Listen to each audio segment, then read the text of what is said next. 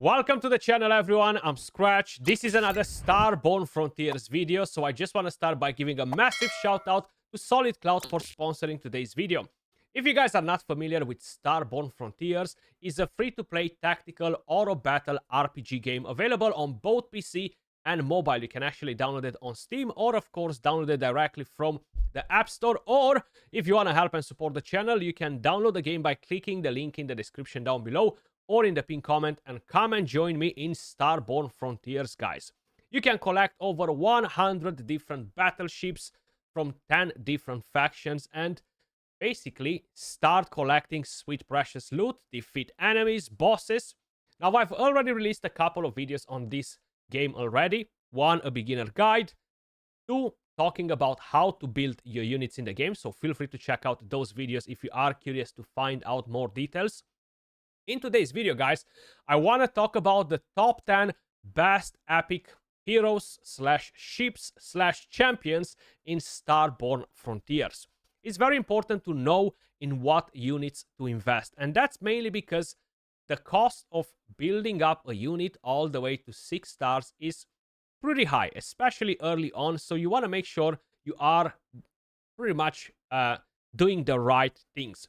So I'm going to start with the very first faction, guys, and then I'm gonna move on to all the way to the last faction if we have any heroes in the top 10. As I mentioned, we are going to talk about epics, regardless if they're debuffers, supporters, tanks, damage dealers, etc. The very first unit that we have on the list, guys, is going to be Butcher. Now, this unit is absolutely insane. It's being part of most of the endgame teams in most of the content, to be honest. So he's a very, very solid unit. He's an attacker, thermal based. With the very first active skill, this unit deals 160% damage and inflicts Inferno 2 for 3 turns, which is deals 30% damage every turn. So the more attack you have on this unit, the more crit damage, the better the damage overall. Inferno is kind of like a damage over time type of thing, like corrosion and other things like that. So the main priority should not necessarily be on getting full crit rate and full crit damage. You will need hacking, which is the equivalent of accuracy when you're building the unit. So you want to make sure you're going to get the most important stats on the unit first, and then whatever is left, crit rate, crit damage, etc. So you are boosting the raw damage too. With the charge skill is a skip target. This unit deals 150% damage with an additional 35% chance for each buff on the enemy and inflicts Inferno 3 for 3 turns and inflicts block buffs for 1 turn. So Inferno 3 is already much stronger, 45% damage. With a passive, the unit gains 1 stack of Overload every turn. On kill, Overload is lost, and on inflicting a debuff, Marauder Rage 2 is gained for 3 turns. Which, by the way, you can see them right here on the side, whatever they're doing. This is a very solid unit for dungeon bosses. Just in general, a very useful one. Dot damage is very powerful, especially versus bosses. So this is definitely one unit that you should be investing in. Then, moving on to the next one that we have on the list, guys, is going to be Ruiner. This is a debuffer, a chemical one. And with the very first skill, this unit deals 160% damage and inflicts increased repair down for 2 turns, which will decrease the incoming repair by 50%. It can be very, very helpful versus the right enemies, good for campaign and other areas. For 2 turns, and Inferno 1 for 3 turns. So once again, we've got more dot damage in here. With the charge skill, the unit deals 190% damage, which is pretty nice. Is a skip as well. Inflicts out repair down 2 for 2 turns and inflicts Inferno 2 for 2 turns. Once again, more dot damage because we like that. It's very nice when you have a unit that actually brings a lot of things to the table on top of the damage, on top of the debuffs, kind of like ticking multiple boxes. It will make your life easier when you are building a team for any specific content, to be honest. With a passive, this unit inflicts Bomb 2 for 2 turns and gains 1 stack of Overload when an enemy repairs themselves. Limited to once per round and per enemy. Upon killing an enemy, this unit loses the Overload. So the bombs are pretty strong as well. they can deal very, very good damage. The higher the attack, the better. And yes, they will ignore the shield as well. So that's pretty solid. Overload will increase the direct damage by 10% and defense by 10%, and it stacks. So that will make this unit pretty nasty. Moving on to the next one, guys. We're gonna go faction to faction. If we find anything interesting, we're gonna talk about them. If not, we're going to skip the faction. Right here, we actually have a Macaulay, which is a pretty solid unit as well. He's a supporter, chemical as well. With the active skill, this unit cleanses 1 debuff. Of course, this is the range, as you guys can notice right here. It repairs 5% of its max HP with an additional repair equal to 100% of its defense. The higher the defense, the higher the healing as well. And it will increase, and it will grant increased damage down 4 to 10, which will reduce the damage overall.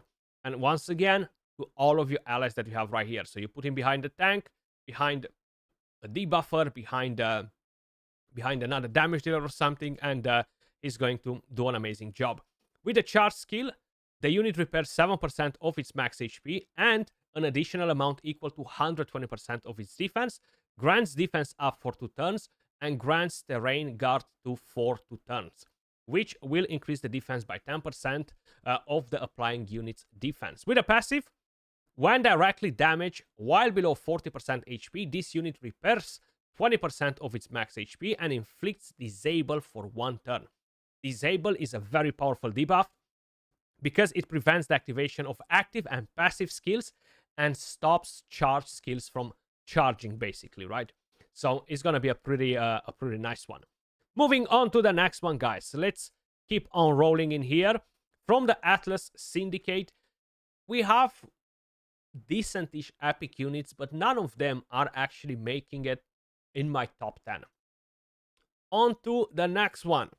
So from here, guys, we actually have one of the best healers in the entire game. At least as an epic, is equal to none, basically.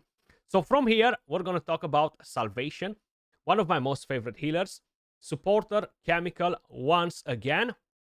With the active skill, look at the range. It covers the entire range. So if you're positioning your units right, you're going to heal your entire team. The unit repairs 25% of its max HP and grants Binderberg Resilience 2 for 1 turn, which increases the security and defense by 10%. With the charge skill, once again, covers the entire area. That's why this unit is so freaking powerful. On top of the 30% healing based off her max HP. That is massive. And of course, grants increased damage down to 4 turns, which reduces the direct incoming damage. With a passive, upon that, this unit repairs all allies for 80% of its max HP. And additionally, when a buff is purged from an ally, this unit repairs that ally for 5% of this unit's max HP. So if they're removing your buffs, bang, you're getting in some more healing. And to be honest, upon that, it's not something that will occur very often because most likely your damage dealers, your debuffers, will die before the healer, right? But either way, an absolutely amazing unit. The next one that we have on the list, guys, is going to be Warden. Now, this one, again, ticks multiple boxes because it's not only a tank, but it can do dot damage as well. So this is a thermal defender. With the first skill, this unit deals damage and applies provoke for 1 turn. Now, provoke is good because all of the other units will be focused on basically attacking this unit rather than focusing on your damage dealer or whatever units you might be using in close proximity. With the charge skill, the unit deals 200% damage and inflicts corrosion to 4-3 turns. So once again, dot damage, which is based off the enemy max HP, so you don't really have to worry about what sort of stats you're getting. You will require to get hacking on your unit and, of course, tons of tankiness. With a passive, when directly damaged, this unit inflicts corrosion 1 for 2 turns on that enemy and repairs itself for 3% of its max HP. And additionally, when this unit inflicts a debuff, it inflicts out damage down 2 for 1 turn. So whenever you're going to apply dot damage or even a provoke, you're going to apply the out damage down 2 as well, which is actually really, really helpful to boost your damage. Moving on to the next one, guys. So, we should be right here at Gallicac.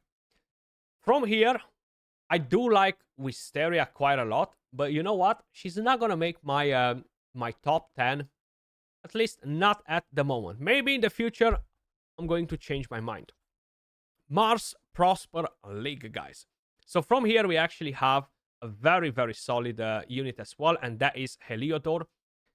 This is a supporter, a thermal supporter.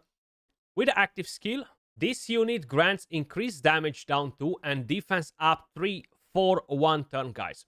You position this unit behind the tank, and your tank is going to get an insane amount of defense and decrease the incoming damage.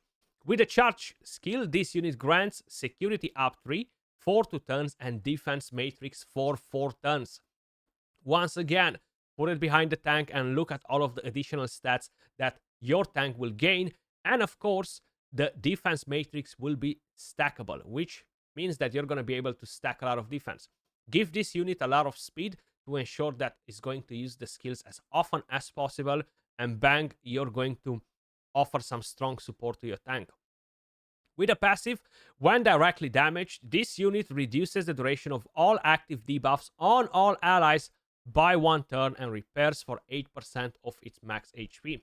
Now, one of the best things about this unit, of course, is the passive.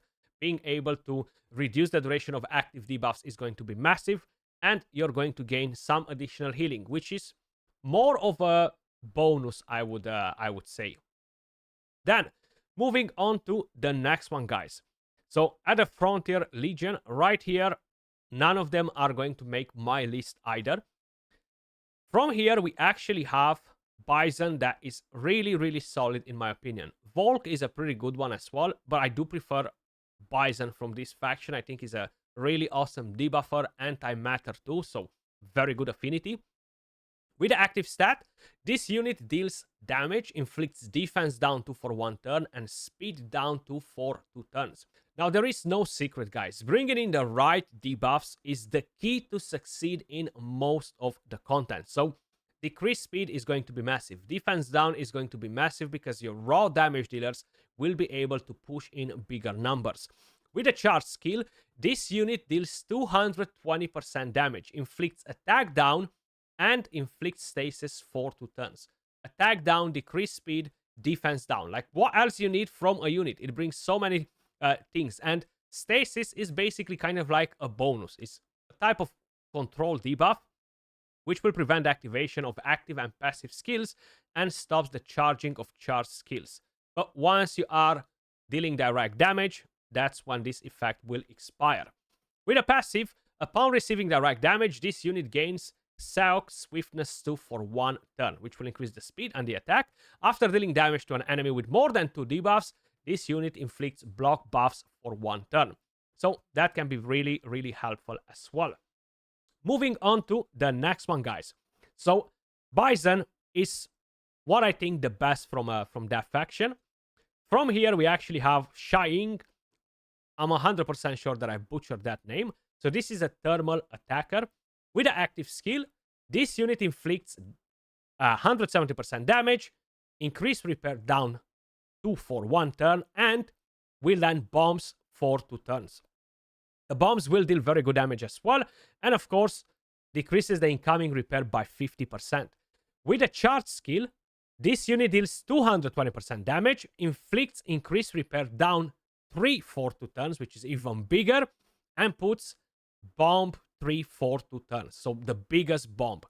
Deals attack 300% damage. So the higher the attack, the higher the damage from the bombs.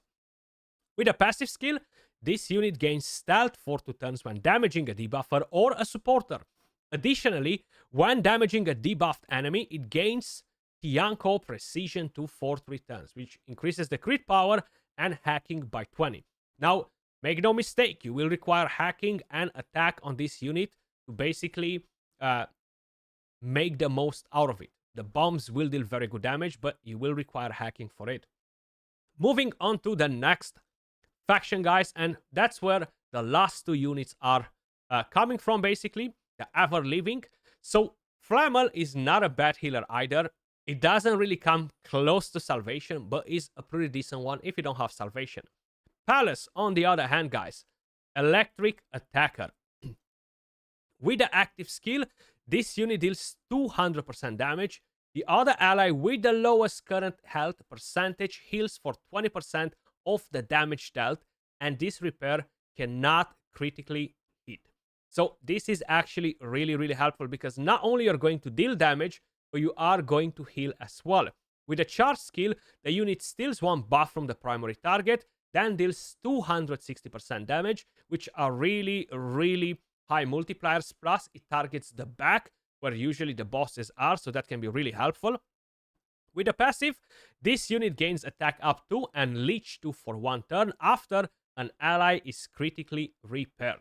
So there you go, guys. This is actually a pretty solid damage dealer. Self-buffing, leech is going to be massive, and being able to attack directly the boss and heal one of your allies is massive. The final one on my list, guys, without a doubt, the best epic tank in the game. Is honestly better than many legendaries. Yazid. Defender, electric, with the active skill, the unit repairs itself for 8.5% of its max HP and deals damage. With the charge skill, this unit gains ever-living regeneration to 4 turns and deals 250% damage. Make no mistake, you do not want to build your tanks for damage. You want to give them enough survivability to make sure they will hold the position. But with this, he will increase the incoming repair by 20 and security by 15. The passive is absolutely bonkers, okay? So at the start of combat, this unit gains ever-living regeneration 2 for 9 turns and cheat that, okay? Cheat that will survive the next fatal blow with 1 HP and removes all buffs and debuffs. Very, very helpful. Now, once per battle, when cheat that activates, this unit repairs itself for 60% of its max HP and gains block damage for 1 turn, guys. Like, this honestly is such an insane tank, useful in pretty much all of the content. This is my top 10 best epic units in Starborne Frontiers. Let me know your thoughts in the comments down below, guys. And as usual, appreciate all of you guys watching. Big shout out to Solid Cloud for sponsoring today's video. And don't forget, if you want to try out the game, you can download the game by using the link in the description down below or in the pinned comment. I will catch you all in the next video. Much love. Peace.